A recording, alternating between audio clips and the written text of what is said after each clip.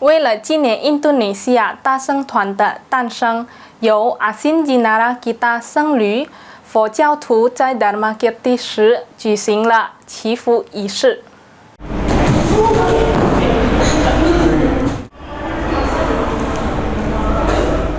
印度尼西亚大僧团 Sangha Agung Indonesia SAGIN 是一个来自南传佛教、大乘佛教和金刚城的僧侣和尼姑社区，并坚守佛教的价值观。印度尼西亚大僧团首次成立于1959年，由印度尼西亚第一位辛吉纳拉吉达僧侣成立，最初名为印度尼西亚僧团 Sangha Suci Indonesia。Dharma Kirti 时的筹委会主席 Prastika Jyotisaputra 表示，所举行的供养仪式是对佛教在印度尼西亚复兴成功的感恩表达。这一天是印度尼西亚佛教大家庭的重要节日。Malam ini kita sedang memperingati hari